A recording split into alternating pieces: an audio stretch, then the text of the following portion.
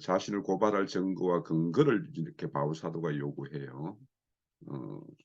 그런데 이제 거기에 그 대제사장과 그의 변호인이 와서 이렇게 이야기하는 거는 보면 아무 근거 없는 그냥 이렇게 일방적인 주장만 하는 것들이에요. 그래서 바울 사도는 나를 고발할 근거를 이렇게 내라 이렇게 요구하고 있고, 또 반면에 이제 바울 사도는 자기 어떤 결백을 주장하기 위해서 자기가 예루살렘에서 올라왔던 일들 이런 것들을 다 이렇게 증거하는 내용이 있죠. 거기에는 이제 규례대로 이렇게 행한 이런 이야기도 기록되어 있어요. 그래서 그렇게 바울 사도가 규례대로 행한 거는 우리 고린도전서 9장 20절에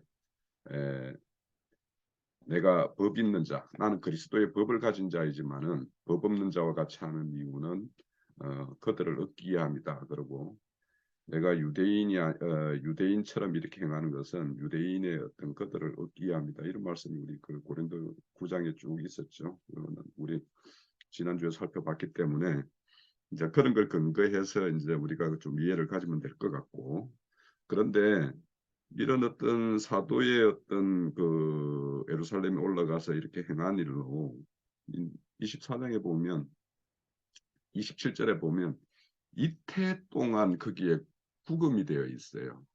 그래서 이런 구금되어 있는 이 기간, 이런 것들이 어떤 의미를 가지는지, 이게 이 기간 동안에 이제 있었던 일들을 우리가 쭉 살펴보면서 24장의 내용은 우리가 좀 생각을 해볼 내용이다 싶어요. 예, 그 질문에 대한 답이 저는 이제 그 예전에 제가 그 처음에 교회 다니면서 이제 이렇게 그 종교에 들어와서 신앙생활 할 때는 어 그러니까 그게 뭘 이렇게 배워가지고 이렇게 하는 게 아니고 어, 그냥 다 어깨너머로 배웠다. 이제 이렇게 지금 와서 생각해보면 다 그래요. 다 어깨너머로 배웠어요. 모든 것이. 그런데 그때에도 저는 그 나름대로 신앙생활을 참 열심히 하고 하나님을 잘 섬기겠다고 그런 열정을 가지고 있기는 있었어요. 그러면 이제 요즘에 와서 그 이제 말씀을 그 영과 생명의 말씀으로 이렇게 이제 듣고 배우면서 아, 그 사도 바울이 어 이제 그러니까 우리가 생각하는 신앙하고 좀 괴가 다른 게 뭐냐면 사도 바울 같은 경우는 완전히 자기의 모든 것을 다 드린 거잖아요. 그러니까 어 우리 같은 경우 지금 이렇게 생각을 할 때 그러면 나는 뭐야? 이럴 여지가 없어요, 사도 바울은. 어, 나도 뭐 즐기기도 하고, 뭐, 저기 여가도 보내고, 내가 취미 생활도 좀 살리고, 일체 이런 게 없어요. 그러니까 우리가 생각하는 그 신자의 삶하고, 사도 바울이 생각했던 그 하나님을 섬기는 삶하고는, 어, 뭐라고 할까, 각오라든가, 어떤 그 내가 드릴 때 우리는 보통 하나님 드릴 때 찌꺼러기를 드리죠. 다 하고 내가 하고 나서 남는 걸 드리지. 내가 모든 걸 드리고서는 남는 걸로 내가 사는 게 저는 아니라고 봅니다. 그러면 사도 바울 같은 거는 감옥에 갇히고 그러는 것이 주님께 드린 삶이기 때문에 그의 삶 자체가 감옥에 있거나 밖에 있거나 뭐 이런 거는 아무 그러니까 상관이 없는 거죠. 그래서 죽든 살든 감옥에 갇혀 있든 자유하든 그에게는 어 그 오직 그 복음을 전하기 위해서 헌신하는 그 모든 것으로 귀결되는 걸로 이렇게 볼 수 있지 않을까 저는 이렇게 생각이 들었습니다. 그러면 제가 좀 말씀을 드려볼게요. 저는 여기에 굉장히 그좀 우리가 앞서서는 여러 가지 어떤 논의가 있을 수 있었는데, 저는 24장에서 26장까지를 보면 그 바울 사도가 가는 길과 예수님이 가신 길이 너무도 이렇게 유사해요. 똑같아요, 거의. 자, 예수님을 유대인들이 걸고 이렇게 올무를 걸고자 했던 것들이 뭐냐면 그들이 이제 예수님이 이 성전을 헐라, 이 성전을 이렇게 부인하는 거죠. 그러니까 유대인들은 그 성전을 중심으로 이렇게 하는데 지금 그 아시아에서 내려온 유대인들이 에, 바울의 어떤 그 행한 것 중에서 제일 첫 번째 이렇게 바울이 잡힌 거 이것이 성전을 더럽혔다라는 거래요. 이방인을 데리고 이제 성전에 들어갔다라는 거 이거죠. 그러니까 성전 문제예요. 그리고는 이제 두 번째는 죽은 자에 대한 부활이에요. 이 그러니까 바울 사도가 죽은 자를 이렇게 죽은 자 가운데 예수가 살았고 또 우리도 그와 함께 부활 생명이 있을 것이다라는 것과 그래서 우리에게는 이제 하늘의 어떤 기업들 이런 것이 있을 것이다라고 하는 게 이제 뒤로 가면은 이제 쭉 있어요.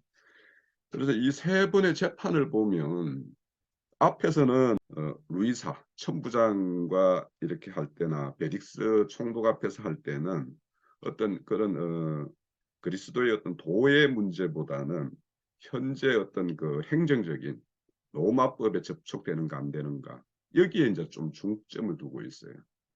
그래서 뭐냐 이들이 이제 그런 어떤 종교적인 문제를 가지고 정치적인 문제를 로 이렇게 넘겨서 이제 그 로마법에다 넘기잖아요. 그러면서 문제는 뭐냐면 소욕해 하는 거, 전염병 뭐 이런 말을 하죠.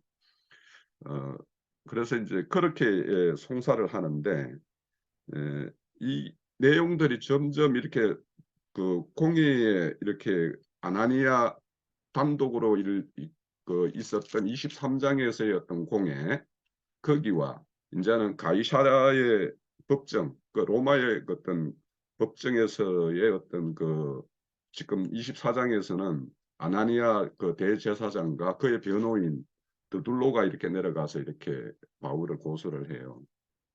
그래서 이제 이렇게 점점 이렇게 진행되는 게 나중에 이제 최종적으로는 이제 아그리파 왕에게 이제 그 유대의 분봉왕에게 가서 이렇게 변론을 하죠. 재판이 열려요. 그런데 이제 아그리파 왕 앞에 가서는 그리스도의 도에 집중을 해요. 그러니까 복음을 전거를 할 때. 그래서 이 내용도 점점 어떤 이방 세계에 속한 사람들에게 바울 사도가 이렇게 증거하는 내용도 처음에는 어떤 그 모세의 율법적인 내용 그런 거에 대해서 나 범하지 않았다 이런 쪽에 이렇게 이야기를 한다라면 마지막에 가서는 그리스도의 참도가 무엇인지 여기에다 이제 집중을 해요. 그래서 증거 내용도 점진적으로 이렇게 앞으로 나아가는 것이고 우리가 이걸 또 생각해 볼 수 있을 것 같아요. 그러니까 이제 이 법정에 걸리는 것들이 보면 거기 재판관들이 베리스나 베스도나 아그리빠나 그 재판장석에 선 사람들이 그들의 어떤 불의함을 잘 보면 이 벨릭스 총독이 2년이나 구금하는 거는 바울 사도가 이렇게 강금하고 뭔가 무죄하다라는 것이 그러니까 유대인들이 걸었던 그 법이 어떤 것도 접촉되지 않는다는 줄 알아요. 그런데도 거기서 풀어주지를 않아요. 그러니까 이들은 뭐냐? 이 총독들은 유대를 다스리는 총독이에요. 그러면 그 시대 때 유대교와 턱을 지게 되면 총독으로서 그 임무를 수행하는 데 엄청난 어려움을 겪겠죠. 그러다 보니까 유대의 눈치를 보고 바울 사도를 풀어주면 유대 종교 지도자들이 뭔가 분란을 일으키고 소동을 일으킬 위험성이 있는 거예요. 그러니까 이제 그것을 예비하기 위해서 이렇게 계속 구금을 시켜 놓는 거죠. 자, 이와 같은 것이 십자가에 달렸을 때 유대교의 어떤 종교 체계의 어떤 불의함이 드러났듯이 바울 사도가 이렇게 구금되어 있고 감금되어 있는 상태에서 재판 과정에 보면 그들이 얼마나 불의한 것인가를 다 드러내요. 그들의 또 강교함, 자신들의 어떤 입지를 잃지 않기 위해서 그런 어떤 어, 정치 행정을 이렇게 펼치는 것 이런 것들이 분명하고 근데 바울 사도가 거기에 이제 재판장에서 이렇게 자신을 이렇게 변론하는 거는 혼자죠. 그 공회의원들 많은 무리들을 홀로 이렇게 대적을 해서 이렇게 자신의 결백을 주장을 해요. 이거는 이제 주님이 그 유대, 로마 이런 거에 맞서서 혼자서 이렇게 했던 거와 똑같죠. 그래서 예수님도 그들의 불의를 드러냈고 바울 사도도 그들이 얼마나 이렇게 불법한 재판을 행하는가 이런 것을 다 드러내요. 그래서 이제 저는 이제 이런 생각이 들었어요. 최종적으로는 바울 사도가 로마에 올라가는 것이 예수님이 십자가에 달려 죽는 것과 똑같은데, 그러면 로마에 가기까지, 예수님이 십자가에 달리기까지 유월절 어린 양으로 흠이 없다라는 것을 40일 동안 강야에서 사탄의 어떤 시험을 통해서도 입증을 했고, 3년 반 동안 종교 지도자들과 첨예한 어떤 그 문제를 가지고 이렇게 다퉜죠. 가이사에게 세금을 내는 것이 옳으냐 그러냐, 부활이 있냐 없냐, 어느 것이 더 큰 계명이냐, 이렇게 이제 시비 걸어올 때마다 예수님은 이제 그것들을 예수님의 가진 말씀 가지고 이렇게 다 물리쳤죠. 그래서 사탄에게는 점도 없고 흠도 없다라는 걸 입증했고, 그 종교 체계에 있는 사람들과 싸움에서는 이기는 생명을 가지고 있는 것임을 이렇게 입증을 했어요. 지금 바울 사도도 똑같아요. 그래서 로마라는 그 로마에 가는 것이 십자가의 어떤 죽음과 같은 거라면 그 가기 전까지, 그러니까 그리스도의 어떤 나라를 세우는 그 재단에 자신을 이렇게 세우기 전까지 자신이 어떠한 것인지, 자신이 어떤 이기는 생명을 가지고 있음을 이렇게 보여주는 어떤 장면이 지금 쭉 24장에서 26장까지 쭉 이어진다, 이렇게 이제 좀 보이고요. 그래서 2년이라는 거는 이제 베리스 총독으로서는 자기가 이제 2년이라는 것도 자기가 이제 로마 황제로부터 소환돼 가지고 돌아가고 다른 총독이 옴으로 인해 가지고 재판이 진행될 뿐이지, 베리스 총독이 계속 있었으면 뭐 이게 구금이 더 길어질 수도 있겠죠.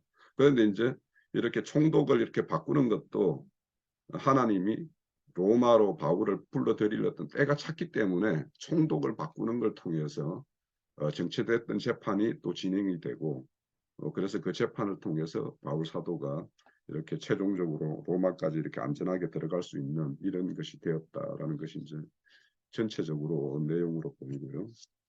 그리고 이제 이런 이렇게 불법한 재판이 오늘날 우리나라에서 그대로 벌어지고 있어요.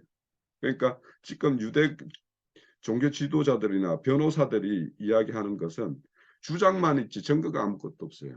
요즘에 이렇게 우리나라에도 검찰발 무슨 뉴스가 나오는 거 보면 증거는 아무것도 없어요. 누가 이런 말 했대, 이런 말을 했대, 이렇게 했대, 이런 것들만 있어요.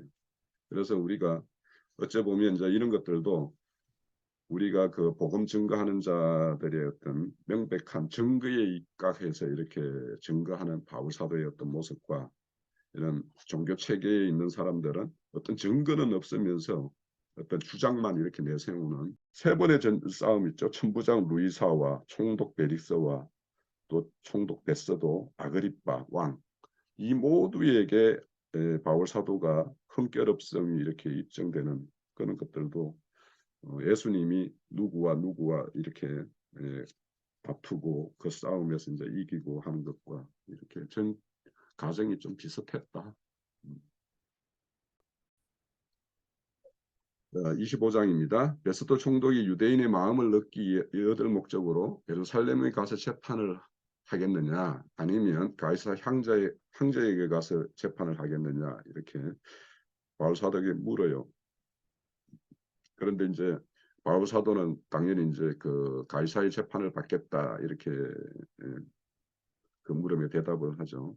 그런데 이 이제 우리가 두 첨예한 문제, 유대교 종교 체제에 있는 사람들이 바울을 이렇게 거는 문제, 또 로마 행정관들이 이렇게 판단하는 문제, 이런 문제들이 그 겉으로는 종교적인 문제인 것 같지만은 내면적으로 보면은 저는 이제 다 정치적인 문제로 보여요.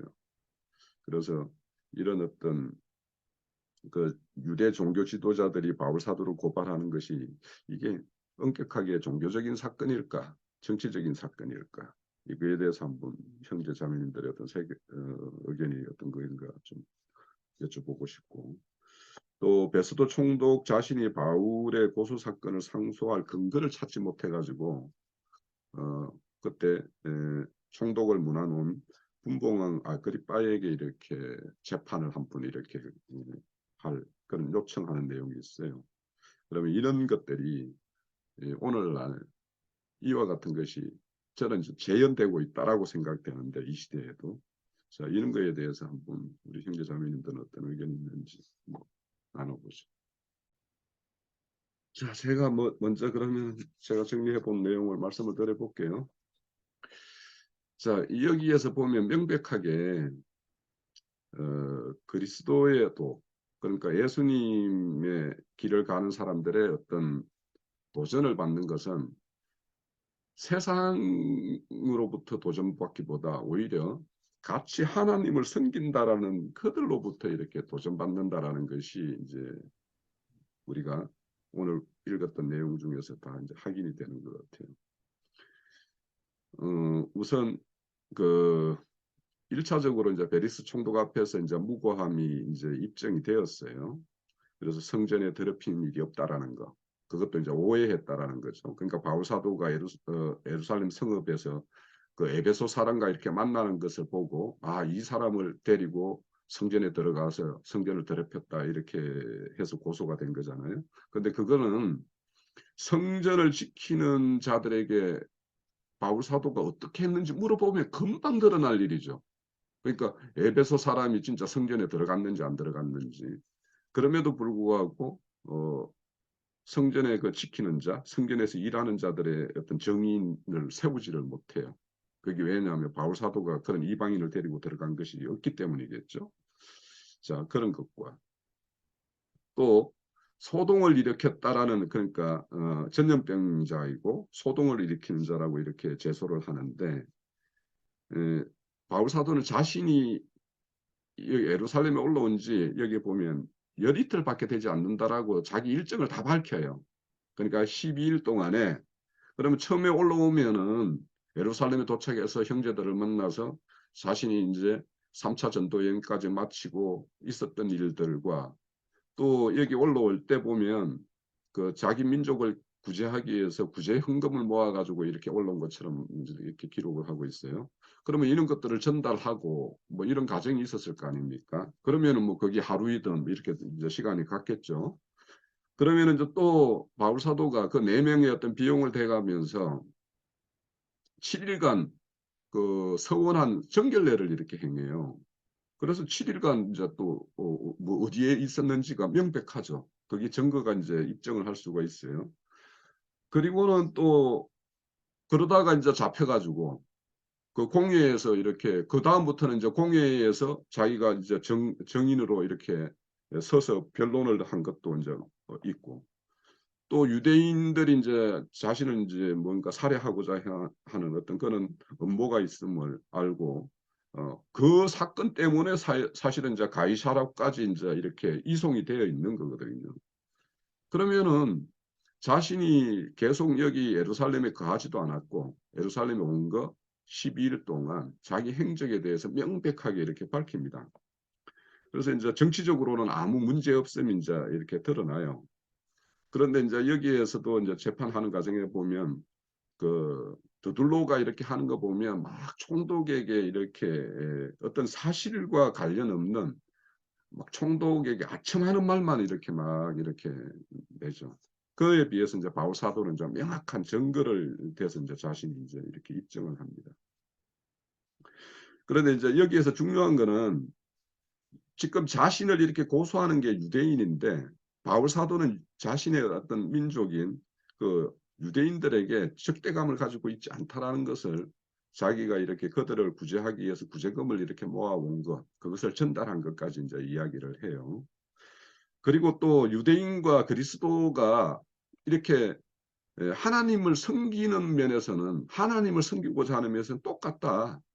그래서 그 총독이 유대인들을 그렇게 보호하고 그 성전을 이렇게 지키고 해주는 것이 그런 것처럼 자신들이 하나님을 섬기는 이 법도 로마법에 의해서 보호받아야 된다. 이런 것들은 이제 그대로 이렇게 설파를 합니다. 그러니까 이런 것들을 통해서 자신이 어떤 세상법에 집착되지 않고, 그러니까 유대인들에 대해서도 자기가 그렇게 적대감을 살 일이 없었다라는 것과 성전을 이렇게 모욕한 거나 더럽힌 적이 없다라는 것, 이런 걸 통해서 이제 이런 걸 통해서 우리가 어떤 걸 좀 이렇게 교훈 받아야 될까?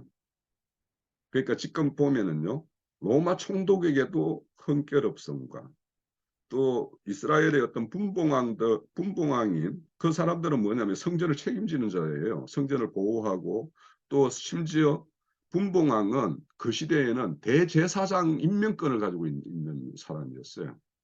그러니까 원래는 대제사장은 혈통적으로 그냥 그렇게 지속적으로 상속되는 그렇게 종신제와 똑같은데 그 당시에는 종교계가 얼마나 이렇게 로마의 어떤 법과 이런 거와 결탁이 돼 있다라는 것이 딱 그대로 입증이 되는 거예요. 그러니까 대제사장 임명권이 로마의 어떤 분봉왕에게 있는 거예요. 그러면은 이 아그리빠 왕이라는 거는 그 예루살렘 성전을 자기가 책임지고 관리할 어떤 책임 있는 사람에게도 흥결없다라는 게 이렇게 다 드러났어요.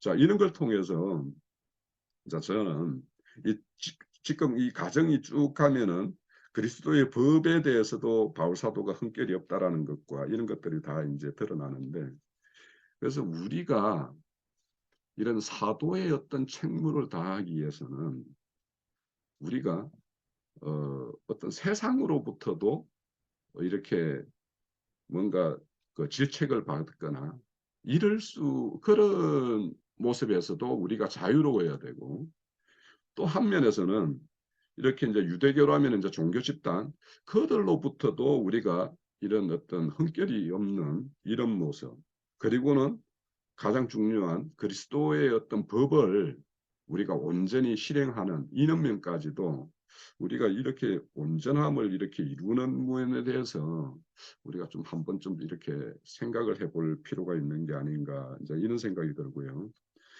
이제 여기 보면은 이제 또 베스도 총독 자신이 이제 이렇게 황제에게 항소를 하려면 항소할 이유를 가지고 항소문을 이렇게 작성해서 올려야 될 거 아닙니까? 그런데 바울 사도의 그 항소할 그 근거를 찾지를 못해요. 그래서 이제 아그리빠에게 이제 재판을 부탁을 하는 거예요.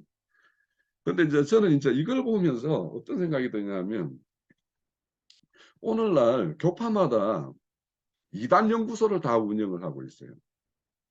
그러니까 만약에 그 이단 연구소에서 우리 어떤 교회에서 나누고 있고 우리가 추구하는 이런 것들이 이렇게 그들에게 접수돼 가지고 이거에 대해서 연구가 이루어진다든지 하면 영락 없이 우리는 그냥 이단의 무리로 그냥 바로 낙인을 찍히겠죠. 그래서 이런 어떤 세상법과 세상에 속한 총독이 자기가 어떤 뭔가 제소할 것이 없었을 때 이렇게 누군가의 도움을 이렇게 요청을 해서 이렇게 자기가 이렇게 하듯이 오늘날 이단 연구소를 운영하는 이 교파들도 사실은 각자가 그 그런 어떤 이단 유무를 판단할 능력도 없으면서도 그들에게 자신들의 어떤 침해되는 그 건을 이렇게 보호하기 위해서 이단 연구소라는 거 이런 것들을 운영해서 그들이 낸 어떤 보고서에 의존해서 이렇게 행하는 것과 뭐가 이렇게 좀 이 베스도 총독이 행하는 것이나 오늘날 이렇게 교회 교파들이 이렇게 운영하는 거나 뭐 다른 게 있나 싶고, 최종적으로는 바울 사도를 이제 죽이는 데는 결국에는 세상법과 종교법이 딱 결탁이 되어서 결국엔 예수님을 죽이듯이 바울 사도도 최종적으로는 이제 그렇게 죽기는 해. 자, 제가 드릴 말씀은 드렸습니다. 말하기가 그런데 그 홍련이 금방 말씀한 것 중에서 조금 이제 곁들여서 얘기하자고 하면 믿는 자가 삶에서 믿지 않는 자들에게도 책망받지 않아야 되지 않겠는가? 예, 원론적으로는 오케이. 그런데 이 책망을 받지 어떻게 하면 책망을 받는다 또는 어떻게 하면 책망을 받지 않는다가 이게 법이 되려고 하면 딱 이렇게 명쾌하게 규정이 되어가지고 선을 그어야 그 선을 넘어가고 안 넘어가고 해야 될 텐데 도대체 어느 정도 하면 책망을 받지 않을까? 이런 거를 제시가 될 수 있을까?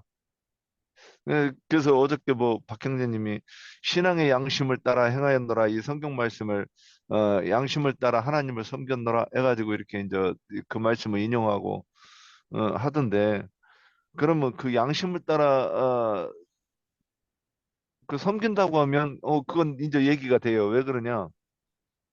그것도 양심을 따라 섬겼다고 하는 얘기도 앞에 이제 부자가 붙어야 될 거예요. 선한 양심, 네, 이게.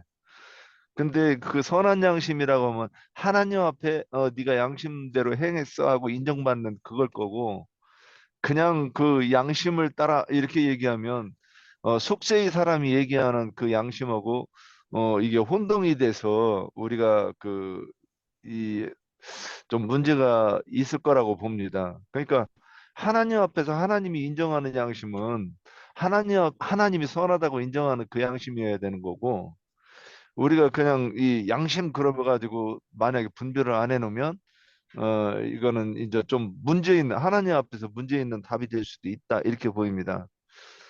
그래서 우리가 신앙을 위해서 주책 잡지 않아야 되지 않겠느냐 그러면 당연히 예, 그렇다고 저도 이렇게 대답을 하는데 그거를 누구한테 이렇게 얘기할 때 어디서부터 어디까지가 선한 것이고 어디서부터 어디까지가 선하지 않다 이걸 할 수 있겠는가 이제 이런 문제가 한번 언제 한번 이것도 깊이 얘기해 보면 좋을 것 같고 그다음에 그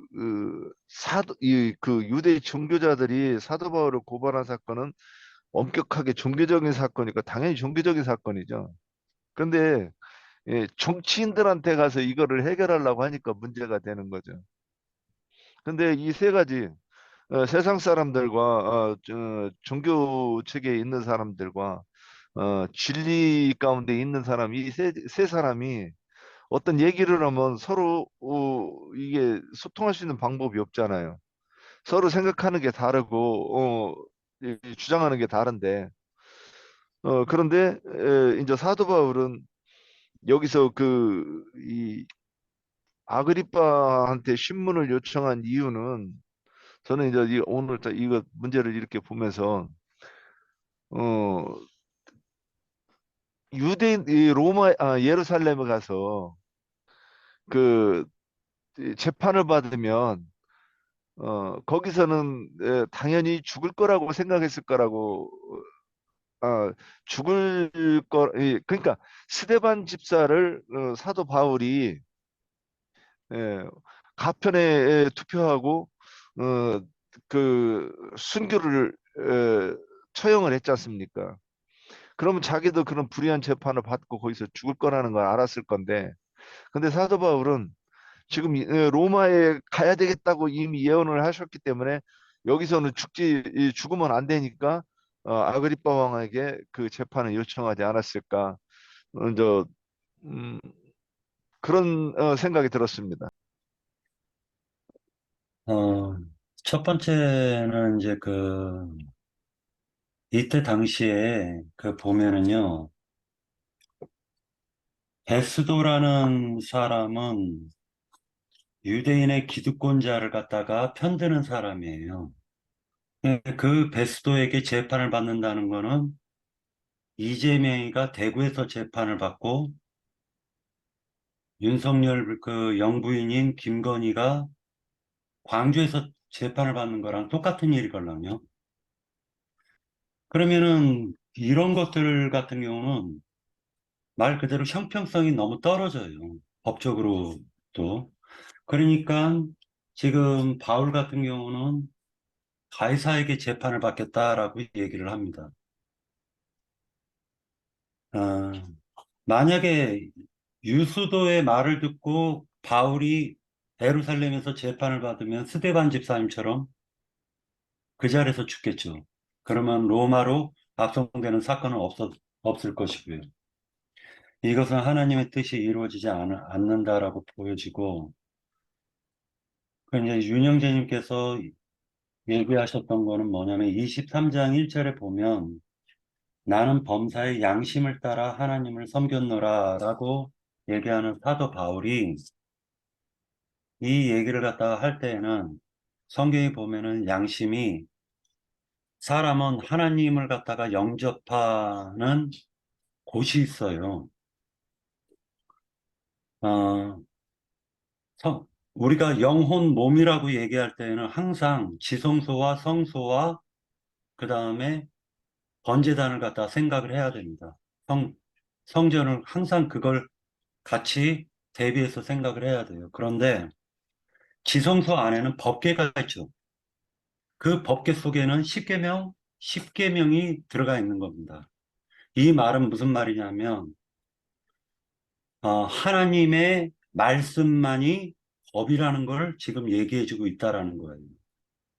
그런데 세상 사람들이나 종교인들은 하나님의 법보다도 자기의 의로 하나님을 힘써 대적하는 자기라는 세계가 펼쳐져 있는 거예요.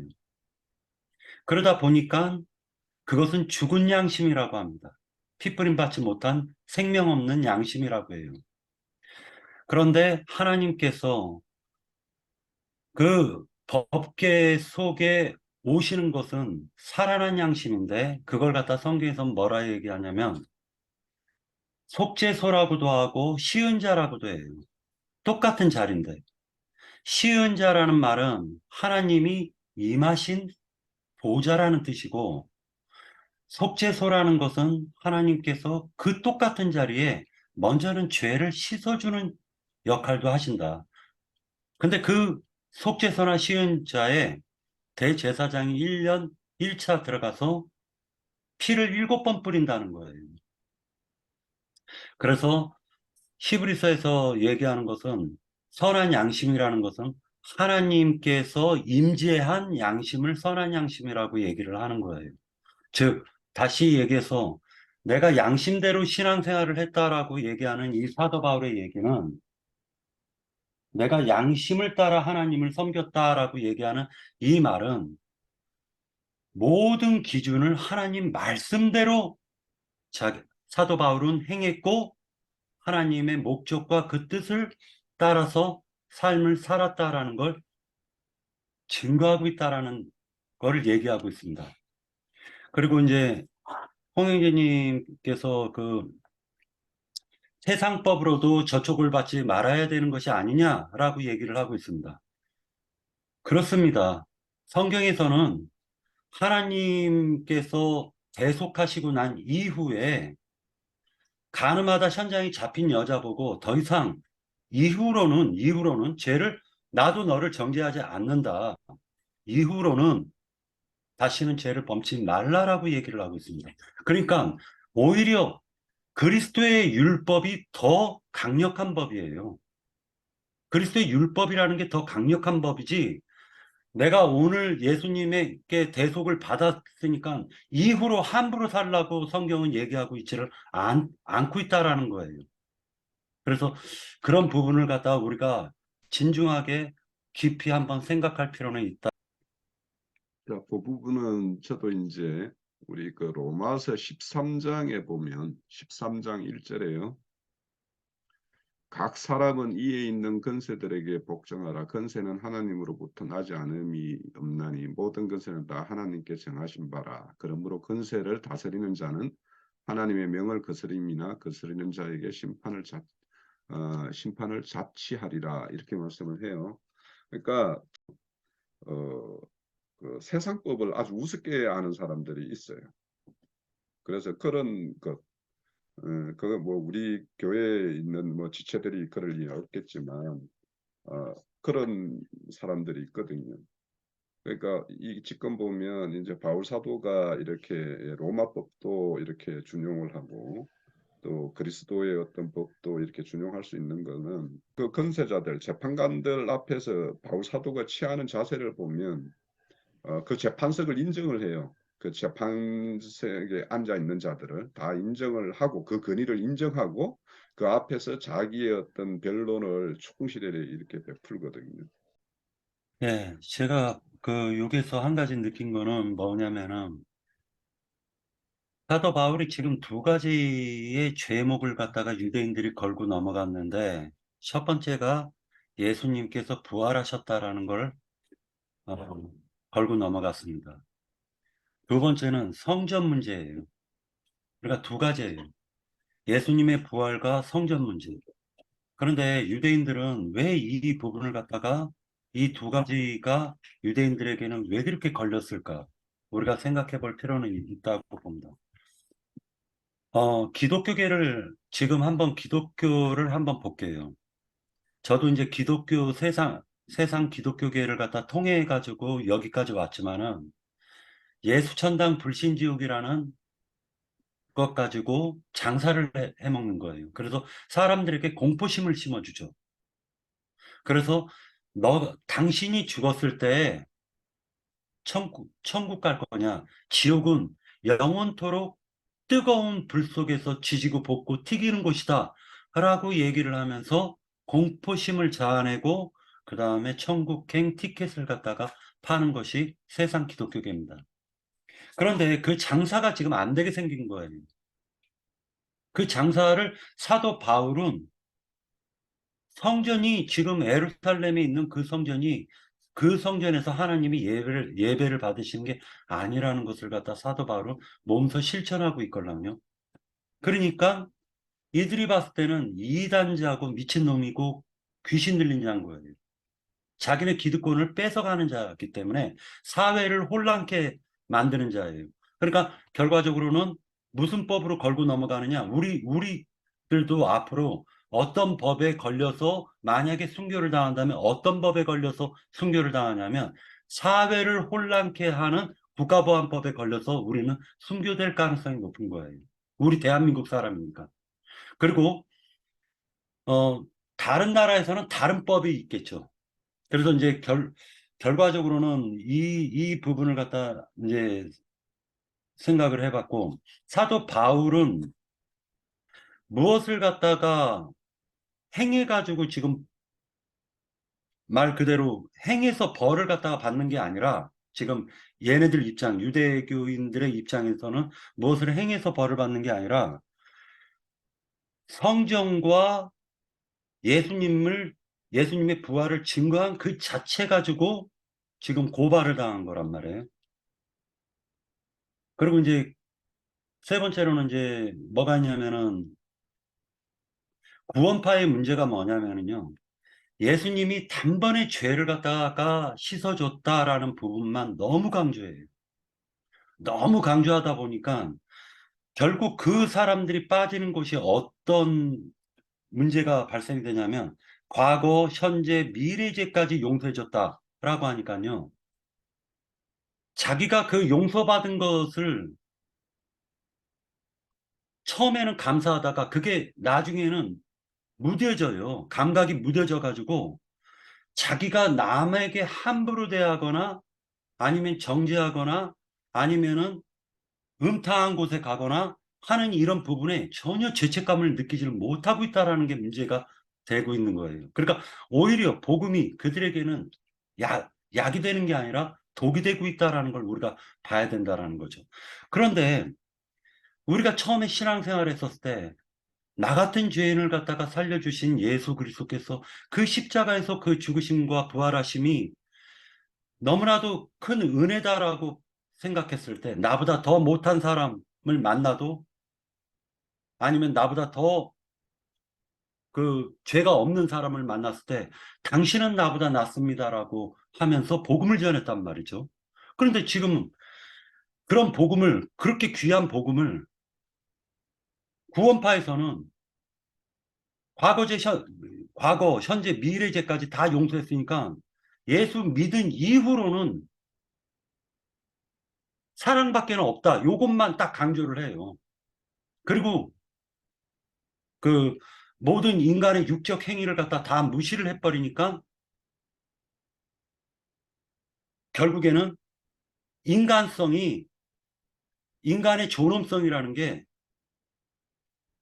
오히려 그 병실, 그러니까 하찮게 여겨지는 걸 우리가 볼 수가 있지 않습니까? 그래서 그런 부분이 굉장히 이게 기독교계에 특히 구원파는 복음에 대해서는 알지만은 이것이 과거, 현재, 미래제까지라는 포괄적으로 이렇게 얘기를 함으로 말미암아 그리고 죄와 죄들에 대해서 구분을 못함으로 말미암아 이런 부분이 너무나도 삐뚤어진 신앙관을 갖게 만들었다라고 이제 생각하면서 그게 좀 굉장히 안타까웠습니다. 예. 25장 마치고 이제 26장으로 갈게요. 26장에 보면 이제 아그리빠 왕이 바울을 보고 미쳤다라고 이야기하고, 바울은 내가 결박된 그 외에는 다 같이 다 되었으면 좋겠다, 되기를 원한다, 그거를 하나님 앞에 이렇게 간구한다, 이렇게 말씀을 해요. 그러면 이런 서로 미쳤다라는 것과 나같이 되라, 이런 어떤 상반된 이런 말, 자, 우리 각자도 미쳤다 소리도 들어봤을 것 같고, 뭐 그런 거에 대해서 한번 이 미쳤다라는 거에 대해서 어떻게 생각하는지, 우리는 또 어떻게 미쳐야 되는지, 뭐 이런 거에 대해서 한번 나눠봤으면 좋겠고요. 또 바울이 이제 가이사에게 상소할 일 때문에 풀려나지 못하고 네가 로마까지 이렇게 압송되겠다라는 말을 이렇게 아그리빠 왕이 해요. 자, 이 말을 들었을 때 바울 사도는 어떤 심경이었을까? 자, 이것이 질문입니다. 제가 이제 그 느끼는 건 뭐를 느끼냐면은 사도 바울이 미쳤다라는 소리를 듣는데 사실은 미쳐야 됩니다. 예를 들어 가지고 우리가 스트롱 남바 지금 보고 있잖아요. 시브리어 헬라어를 갖다 이렇게 보고 있는데 그 스트롱 그러니까 단어에 시브리어나 헬라어의 그 남바를 갖다가 매기고 있는 어떤 형제가 있었다면 그 형제를 갖다가 정상적인 사람들이 봤을 때는 미친놈이죠. 그죠? 그런데 그 형제의 수고와 노고가 없었으면 우리가 지금 이렇게 편하게 스트롱 남바를 갖다가 헬라어나 시브리어를 찾아가지고 보는 것이 과연 가능했을까? 라는 생각을 해볼 필요가 있다라는 거예요. 관주를 찾아놓지 않았으면, 이 관주 성경이 없었으면, 그 형제들이 관주를 찾아놓지 않았으면, 우리들이 어떻게 관주 성경을 볼 수가 있었겠냐 이거예요. 이것은 다 하나님의 성령의 역사였다. 라고 생각을 할 수가 있습니다. 그러니까 결과적으로는 뭐냐면요. 어떤 거에 미쳐있지 않으면은 올바른 신앙생활을 할 수가 없습니다. 왜 제가 이 얘기를 하냐면, 제가 24살 때 군대 제대하고 난 이후에 그리고 처음으로 순수한 마음으로 기독교계에 신앙생활을 했을 때 6개월 정도밖에 안 됐을 때입니다. 순수한 마음으로 신앙생활을 하는데 장로가 구원을 몰라요. 구원을. 어떻게 구원받는 걸 몰라요. 그러면서 뭐라 얘기하냐면 성경 많이 보면 이단에 빠져. 그냥 신앙생활만 열심히 하면 천국 가. 이게 즉 장로가 한 말이에요.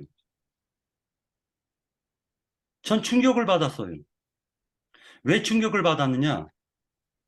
아, 하박국 선지자가 내 백성이 지식이 없어서 망한다라는 그 말씀이 그때 와닿았어요. 24살 때. 왜냐하면은 저는 어떤 예배당을 먼저 간 게 아니라 성경을 일독하고 그 다음에 예배당을 간 케이스걸랑요.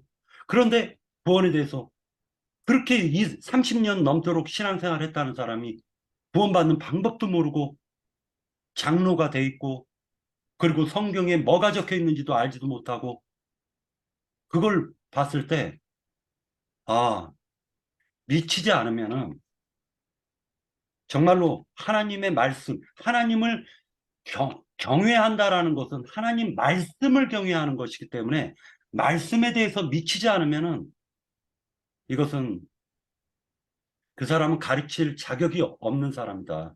또는 그 사람은 분량이 적은 사람이다. 이렇게밖에는 저는 볼 수가 없습니다. 예, 저기 저는 이 말씀을 보면서 이게 요즘에 이걸 읽으면 미쳤다 이 말이 요즘에는 너는 좀 신앙생활하는 것에 너무 뭐라고 할까, 너무 심취한 거 아니냐, 뭐, 이렇게 말하는 거라고, 읽지 않을까. 그래서 이게 언어라고라는 거는, 음, 예를 들면, 이제 요즘에 영감님 하는 얘기하고, 요즘에는 나이 드신 분 보고 그냥 영감님, 영감님 그러죠. 근데 예전에 처음에 이 말을 쓸 때는 정승판서 삼정승 돼야 이게 이제 영감님 영감님 했던 거란 말이죠. 그리고 이제 마누라도 옛날에는 이 부인처럼 자기 부인을 높여서 쓰는 게 이게 마누라라고 그랬다고 어디서 이렇게 읽은 적이 있어요. 근데 요즘 와서는 영감님이라는 것이나 마누라라는 것이나 이런 단어가 의미가 굉장히 퇴색돼 버렸죠.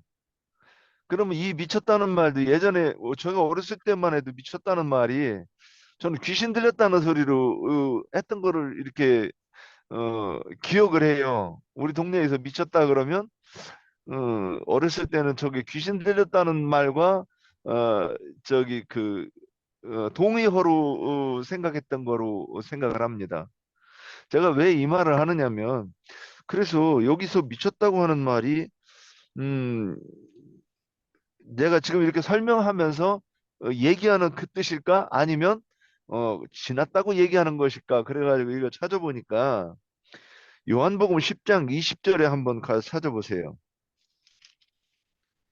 그 뭐라고 되어 있느냐면 요한복음 10장 20절 그 중에 많은 사람이 말하되 그가 귀신 들려 미쳤거늘 그러면 이제 미쳤다고 하면 전제가 있어요. 귀신 들리는 게 그런 거예요.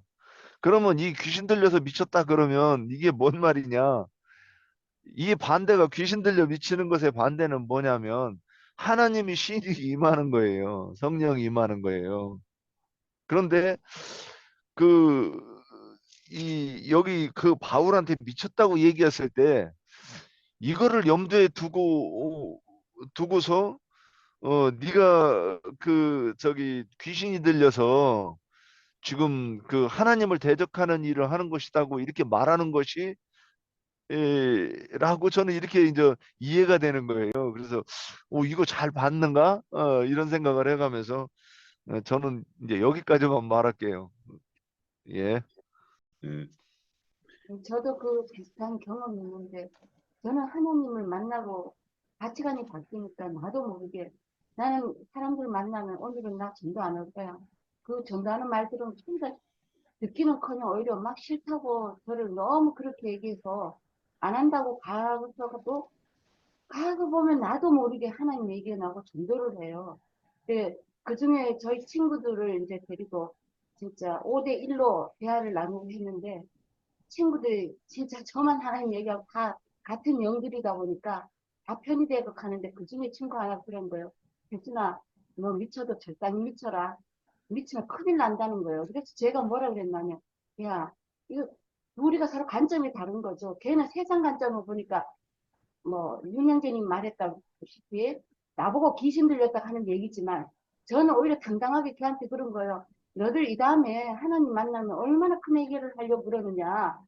하나님 관점에서 보면은 하나님 말씀에 미쳐야 된다. 말씀을 가진 사람은 온전한 정신으로 들어가지만 너들이 오히려 반대로 너들이 미쳐 있는 거야라고 이렇게 대놓고 얘기는 안 했지만 갈 때마다 걔들은 저한테 늘 적당히 믿어라, 적당히 믿어라. 참 이걸 어떻게 이런 애들을 하나님 앞으로 다시 어떻게 인도를 해야 되나. 지금도 그게 저한테는 숙제고 갈 때마다 얘기하는데 듣기 싫다고 괴로워 죽겠다고 10분 얘기했는데 1시간 이상 얘기했다고 막 그러고 지금도 그런 부분이 있어서 하나님 아버지하고 하는데 이 부분은 쉽게 뭐 다 체험하는 부분이라고 생각돼서 저도 제 경험을 조금 얘기 드렸습니다. 음. 자, 여기 보면 24절이죠. 26장 24절에 보면 바울이 이같이 변명하며 그러니까 그리스도가 고난받아 죽었고 먼저 다시 살아난 것은 이스라엘과 이방인들에게 빛을 전하기 위함이다 이런 말을 하니까 이제 이 말을 듣고 베스도가 크게 소리내어 바울아 내가 미쳤다. 네 학문이 많은 것이 학문이 너를 미치게 했다. 이런 말을 해요.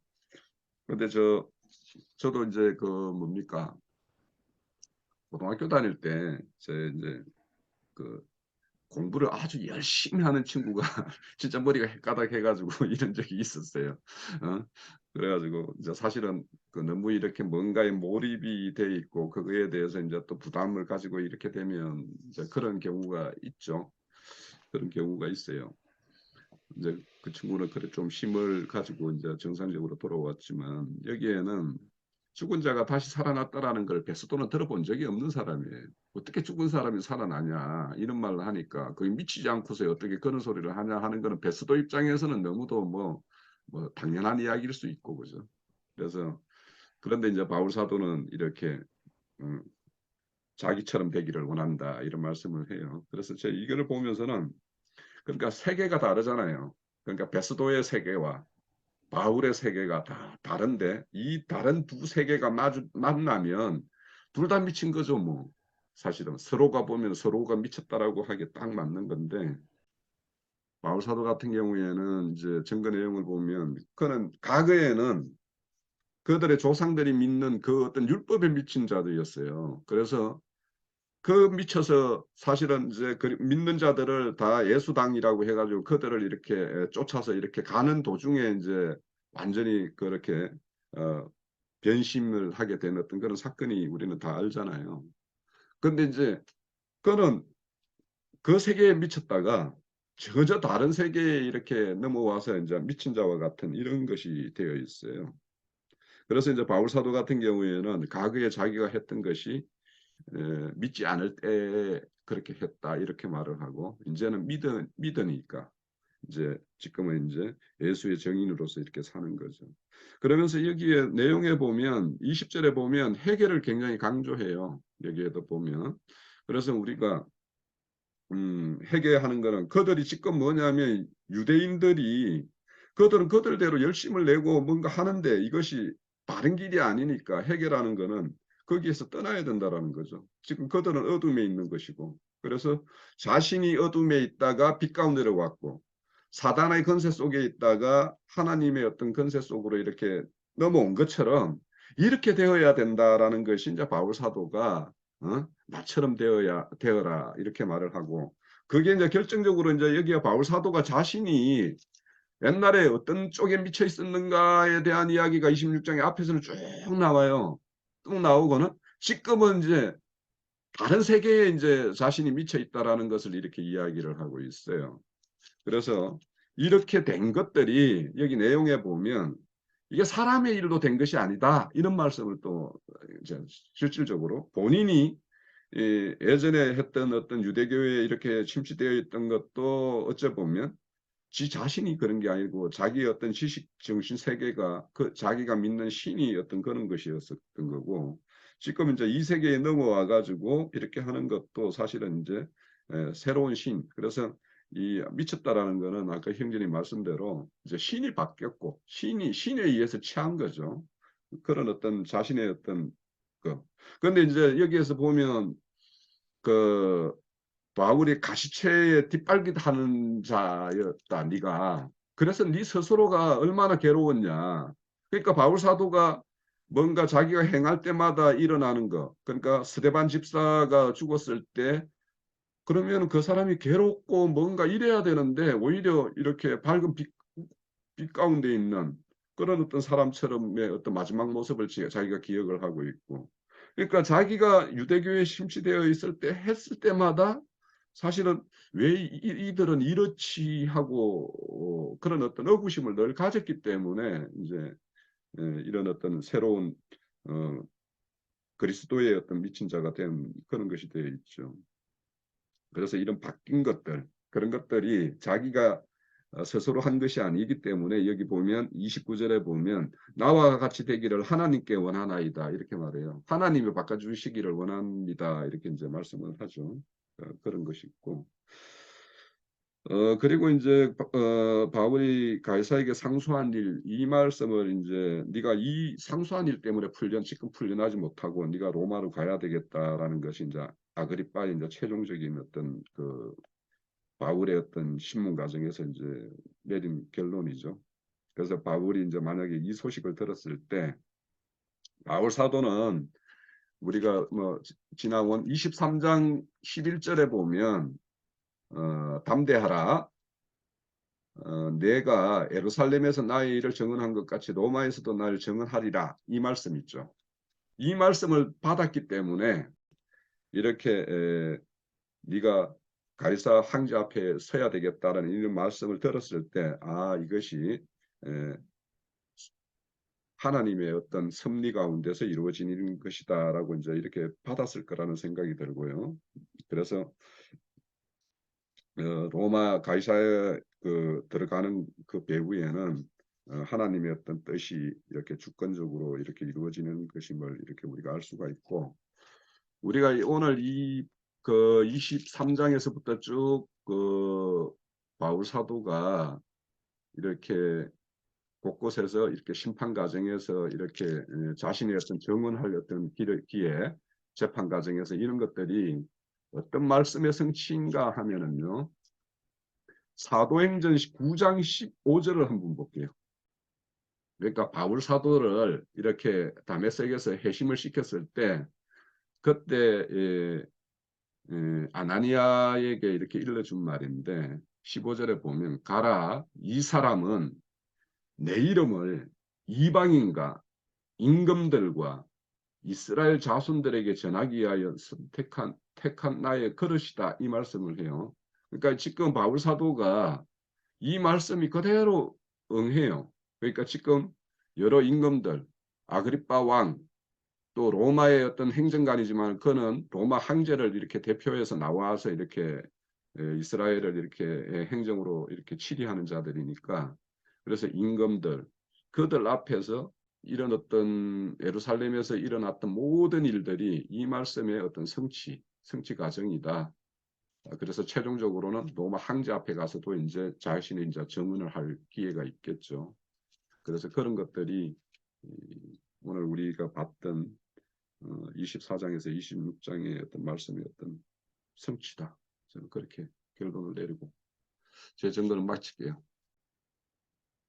자, 바울 사도가 자기처럼 이렇게 되기를 원한다고 했으니까 우리 여기 형제 자매님들도 사도의 어떤 강구대로 하나님이 그렇게 바꿔주시기를, 저 또한 바뀌기를 이렇게 기도합니다.